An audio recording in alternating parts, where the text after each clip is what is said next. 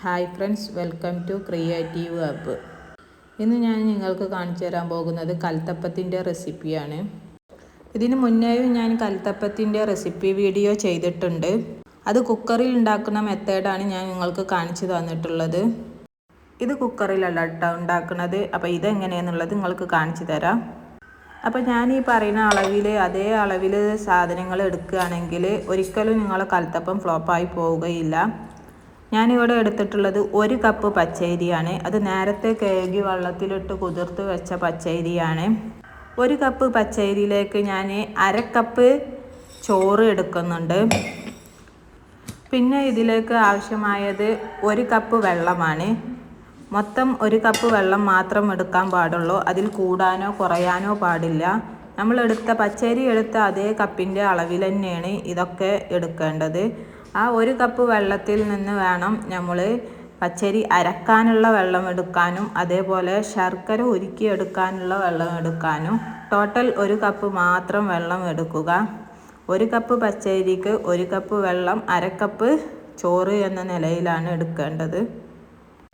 അതുപോലെ തന്നെ 1 കപ്പ് പച്ചരിയിലേക്ക് ആവശ്യമായ മധുരത്തിൻ്റെ അളവ് 4 അച്ച് ശർക്കരയാണ്. അപ്പോൾ 4 അച്ച് ശർക്കരയും ഉരുക്കിയെടുത്ത് തയ്യാറാക്കിയ മാവാണ് ഇത്. ഇനി മധുരത്തിൻ്റെ അളവ് കൂടുതലോ കുറവോ വേണ്ടവർക്ക് അതിനനുസരിച്ച് എടുക്കാവുന്നതാണ്.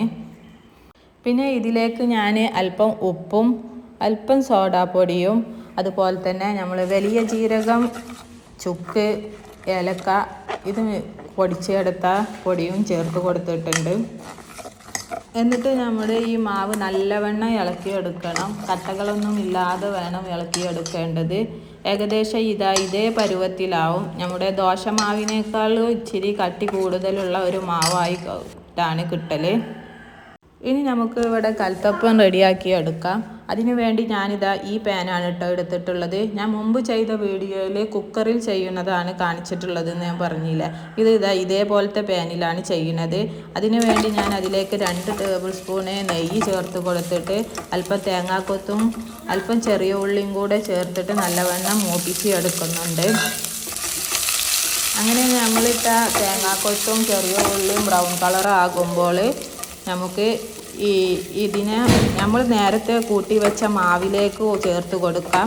അങ്ങനെ ചേർത്ത് കൊടുക്കുമ്പോൾ നമ്മുടെ എല്ലായിടത്തും ഒരുപോലെ സാധനങ്ങൾ എത്തിക്കോളും. അതിനു വേണ്ടിയാണ് ഞാൻ ഈ മാവിലേക്ക് ചേർത്ത് കൊടുക്കുന്നത്.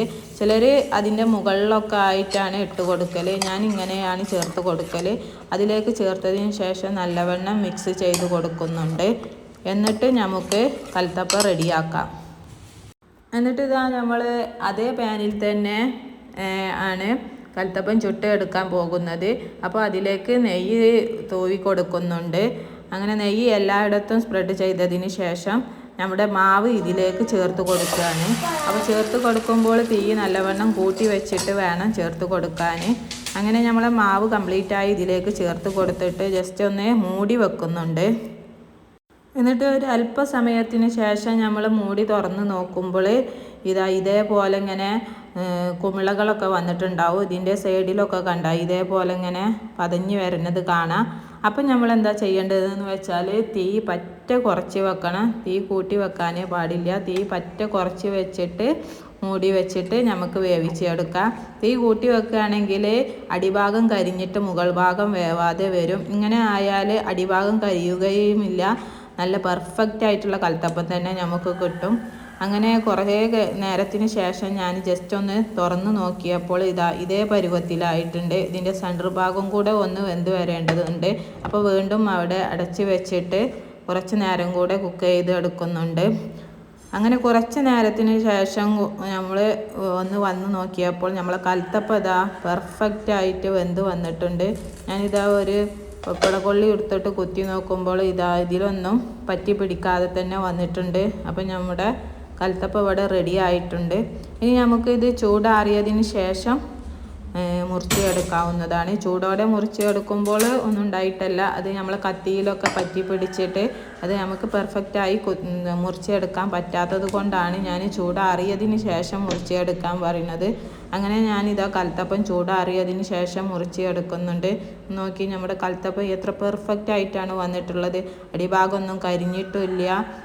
നല്ല ഇതാണ്. മുകൾ ഭാഗമൊക്കെ നല്ല വെന്ത് വന്നിട്ടുണ്ട്. അതിൻ്റെ ഉൾഭാഗം ഞാൻ കാണിച്ചു തരാം. കട്ട് ചെയ്തിട്ട് നല്ല ആരൊക്കെ വന്നിട്ട് നല്ല പെർഫെക്റ്റ് ആയിട്ട് തന്നെ വന്നിട്ടുണ്ട്. അപ്പോൾ ഇതേപോലെ കൽത്തപ്പം ഉണ്ടാക്കാത്തവരുണ്ടെങ്കിൽ തീർച്ചയായും ഒന്ന് ഉണ്ടാക്കി നോക്കുക. എന്നിട്ട് ഇതിൻ്റെ അഭിപ്രായങ്ങളൊന്ന് കമൻറ്റിലൂടെ അറിയിക്കട്ടാ.